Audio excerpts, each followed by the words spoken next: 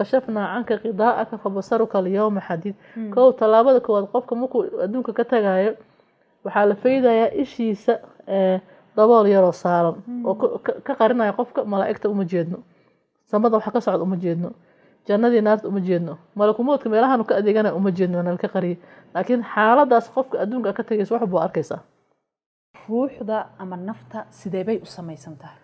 waxay u samaysan tahay horta ilaahay subxaanahu wa tacaala bani aadamka waa laga qariyay totally horta midabkeeda iyo waxa ay tahay iyo samaday ka imaanaysaa qofka markii rasuulka sallallahu alayhi wasallam wuxuu sheegay xadiis uu ku sheegay qofka wuxuu caloosha hooyis ku jirayaa maxay ahayd nutfatan calaqatan mudqatan marka bani aadamka abuurmanaya wuxuu maraa 3 jaranjaro marka mar uu candhuuf yahay mar uu xinjir yar yahay mar uu maxay ahayd kuus yar oo maxay ahayd awsaas u yahay marka thumma yunfaq fiiha ruux marka waxa lagu afuufaya marka ruuxda samaday ka imaanaysaa marka halkaas markii naftii halkaas ka imaanaysa qofka lagu beero oo jirka la saaro kadib ilmihi wuxuu bilaabaa inuu dhaqdhaqaaq sameeyo يعني وأبوريه إلهي وأبوري مركز أمك قف كحوي سعيد شقيق أما أهل الجنة أهل نار هكذا لقى قرايا إلهي وقرايا رزقي سال قرايا أفر شيء رزقي سال قرايا أجيش سال قرايا ويل يجور حنا قرايا القرايا محيته مؤمن إيه قالوا حكل نقنا ولا قرايا صح مركا إن حجي كجرتا مركا جرك jirka meesha kaga jirto diinta ma sheegin waa la qari kol bani aadamka jirkiisa saaran tahay laga soo bilaabo maxay hayto madaxa ilaa lugta ilaa ciribta intay ka tagto maxay hayto saaran tahay rasuulkana waa la weydiiyay alayhi salaatu salaam quraysh markii maxay hayto waxay u tageen yiri reer bani israa'iil yahuud u tagay waxay dhahan ninka nabi miya adinka nabiyada ka soo saari jiray markaas ay dhowr arrimood weydiiyay haduu idin kaga jawaabo waa nabi dhahan ruuxda kamid ah marka waxa la weydiiyay iyo asxaabul kahfi dad la dhihi jiray oo dhalinyaro ahaa iyo maxay hayto dul qarnayn marka kulli quraanku uu sheegay marka ruuxdii markii laga hadlayo waxa la yiri yasalunaka aan ruux qul ruuhu min amri rabbi maanta ragbaadku way baareen si u samaysan tahay jirka meesha kaga jirta kulli waa la waayay waa la soo saari waayay abadan way ka ruwaayeen laakiin quraanku uu cabiray maxay ahaato yasalunaka aan ruux qul ruuhu min amri rabbi umurta ilaahay qariyay waay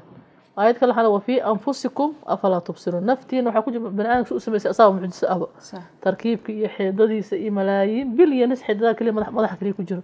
marka ijaaska la baaray oo si u shaqay xeedada dhiiga wadnaha si u xiran yihiin waxa asaab mucjiso ah insaanka laftirkiisa Allah subhanahu wa ta'ala tarkiibka soo sameeysan yahay ruuxda marka meesha jirka kaga jirta lama yaqaan way qarsoon tahay laakiin markay baxayso iyo qaab kala jirta idana u baxayso marka diinta sidee u sheegtay diinta waxay u sheegtay ruuxda inay u baahan tahay iimaan tarbiya iimaaniya waxay u baahan tahay alla ka cabsi in marka meesha bari tagi lahayd samada ay ka imaado samadayna ku laabanaysa markay baxayso qofku marka hada waxyaabaha gaalada ka maqan qidaa ruuxi cuntadii ruuxda ka maqan dadkii ayagoo dhaqaale haystaan shaqo haystaan wax walba haystaan hadana isdilka iyo stresska ku badan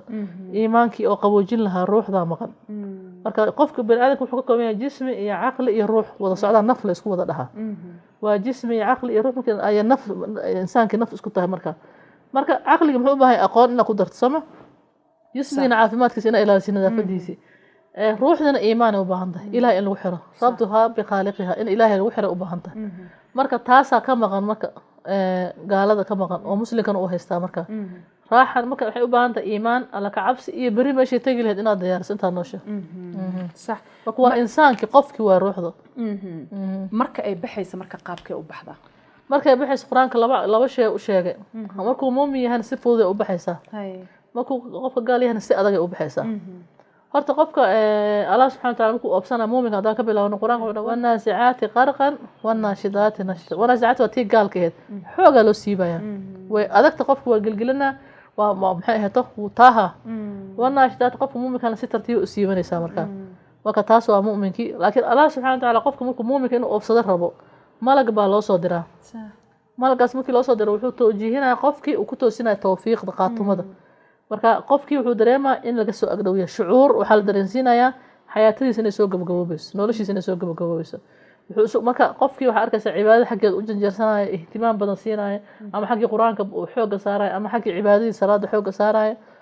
asbaabtu ku dhiman lahaa diyaarna malaga markuu tawjiihiyo oo direction uu siiyo in qofkan ajashiis ay gabagabo tahay kadib marka asbaabtu ku dhiman lahaa ilaahay diyaarna subhanahu wa ta'ala ama haday xanuun tahay ama haday mutul fajaa tahay oo lagu soo booday ama haday qaabab kale inta shil tahay waxay noqotaba marka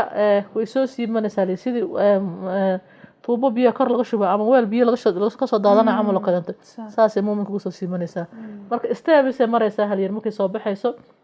faryar gacmo farahay ka soo bilaabanaysaa malaga marka waxa horta malaga koo suurada malaga arkaysaa hal dhahay inta waxa ku yaala xidid qofka Ilaahay subhanahu wa ta'ala dabool fakashafna anka qidaa'aka fabasaruka al-yawma hadid koo talaabada kood qofka markuu adduunka ka tagayo waxa la faydayaa ishiisa dabool yar oo saaran oo ka qarinaya qofka malaa'igta uma jeedno samada waxa ka socdo uma jeedno jannadii naarta uma jeedno malakumoodka meelahan ka adeegana uma jeedno nal ka qariyo laakiin xaaladaas qofka adduunka ka tagayso wax buu arkaysaa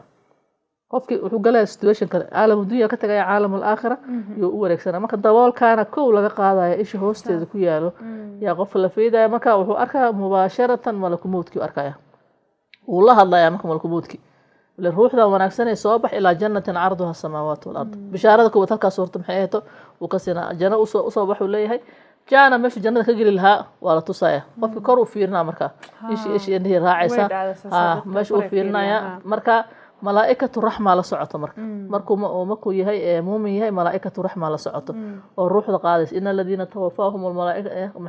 إن الذين قالوا ربنا الله ثم استقاموا تتنزل عليهم الملائكة ألا تخافوا ولا تحزنوا وأبشروا بالجنة التي كنتم توعدون مركز الله بشارينا يا غفكي ولا ليه هي marka malaa'ikta soo socdo guriga qolku soo buuxsama meesha qofku ku dhimanayo malaa'ikatu rahmadi waxay sugaysaa marka nafta inuu malaga soo siibo malaga qaabilsan ruuxda inuu siibo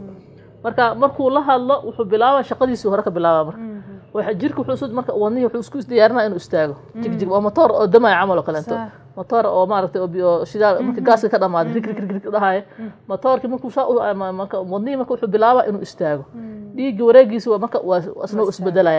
isbedelaya marka wuxuu bilaabaa marka inuu tartiib u soo siibo marka faryareedu ka soo bilaaba dharag u soo siibo